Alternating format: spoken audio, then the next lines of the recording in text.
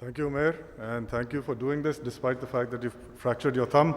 Next time I suggest you clench your fist when you want to smash the biometric machine so that you don't hurt your thumb. Only for him. Okay, Assalamu alaikum everyone.